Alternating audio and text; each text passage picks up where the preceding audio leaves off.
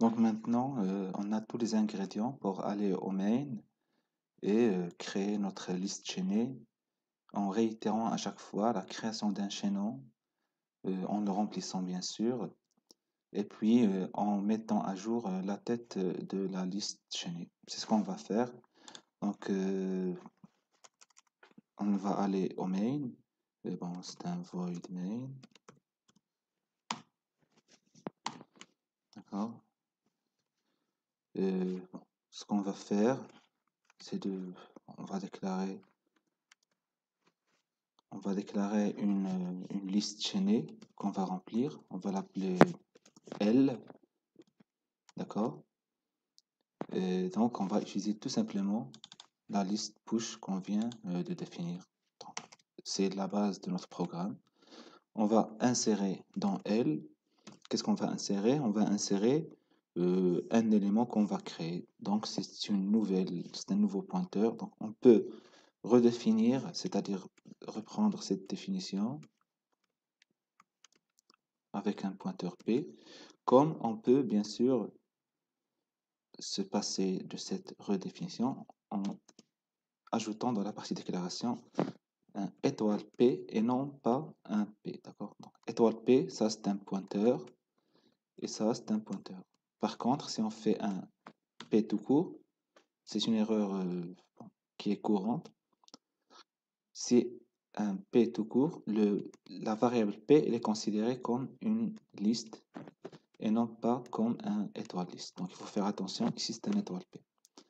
Donc ce qu'on va faire, on va utiliser l'LMNew, on va insérer un élément euh, aléatoire.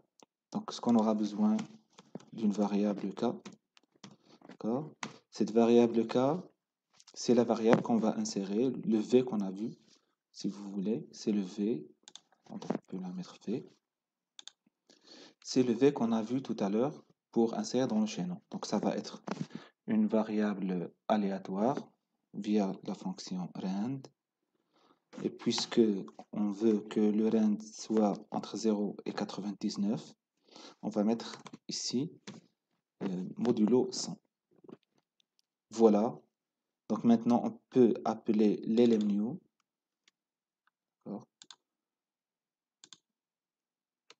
Donc LMNew, il va prendre cet élément V. Et puis, le résultat, c'est une adresse d'un pointeur d'un chaînon qui a été créé.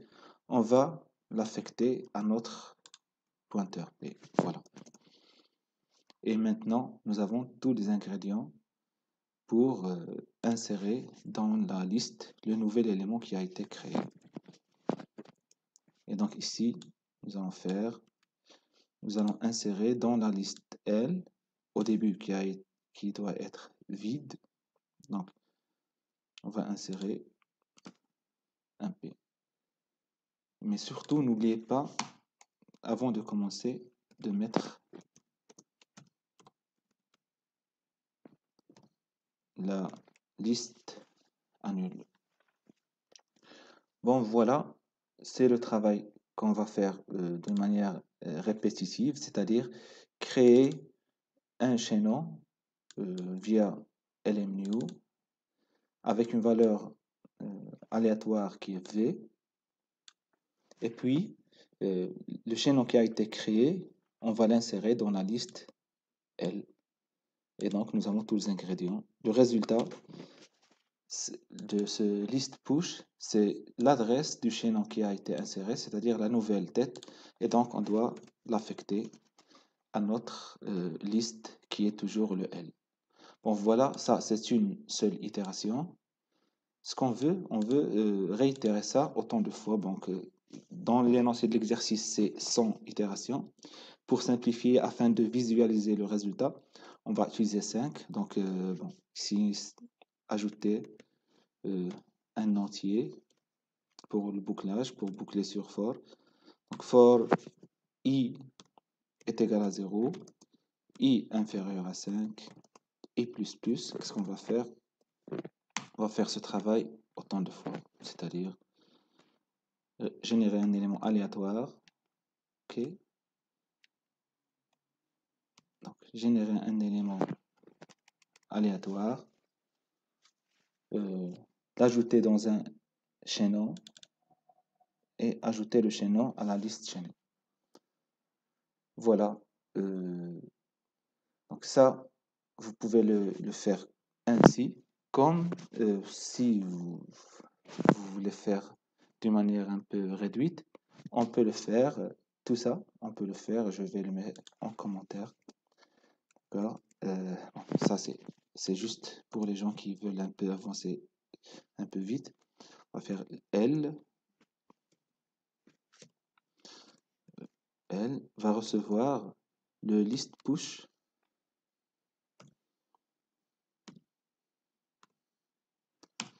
Donc le list push de quoi? Du LMNew, c'est-à-dire d'un chaînon qui va être créé avec la valeur qui va être insérée au chaînon, c'est un rand 100.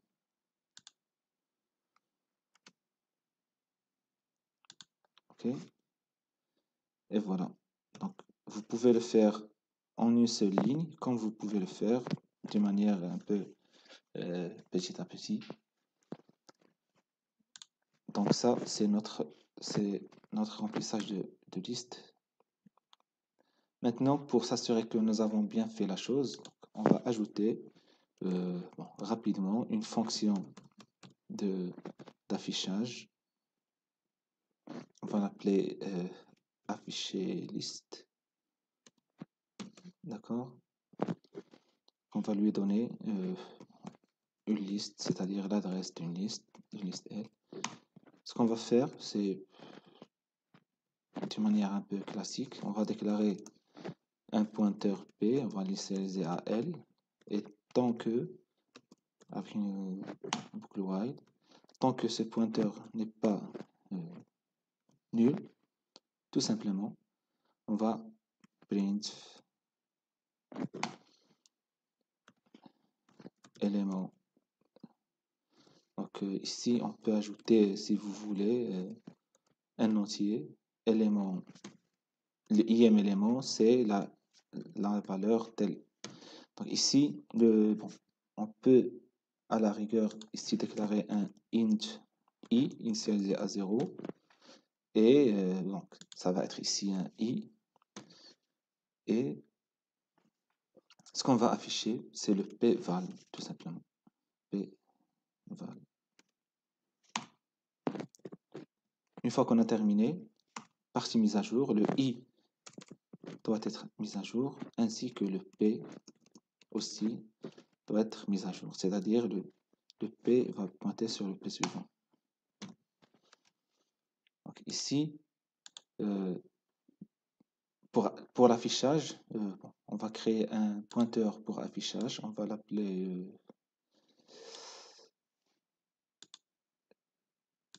un P comme print. D'accord?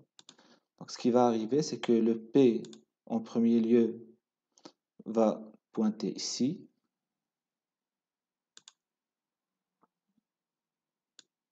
Va pointer là. OK? On va afficher pval. Le pval, c'est ça. D'accord? Et puis, après le pval, c'est P reçoit P suivant. P suivant, c'est P flèche suivant, c'est ce pointeur-là. Donc, le P va pointer sur ce que pointait le P suivant. Or, le P suivant pointait sur ce chaînon-là. Donc, la nouvelle partie où on va pointer le P, ça ne va plus être ce chaînon-là, mais c'est le chaînon pointé par le P suivant. Donc, on va mettre à jour le P ici. D'accord? Donc, il va pointer ici. On va afficher P val, puis P reçoit P suivant. Le P suivant, c'est celui-là. Donc, P va ici, pointer ici, et ainsi de suite, jusqu'à ce qu'il soit nul. Bon, voilà, ça, c'est notre fonction d'affichage. OK. Bon, je pense que nous avons tous les ingrédients nécessaires pour créer une liste de 5 éléments. Chaque élément, c'est un élément aléatoire entre 0 et 100. Bon, c'est ce qu'on va faire. Pour visualiser, on va appeler la fonction affichage liste. D'accord? Et on va appeler la fonction affichage pour la liste L. Et voilà. Donc, la prochaine vidéo, on va discuter la complexité de la solution proposée ici.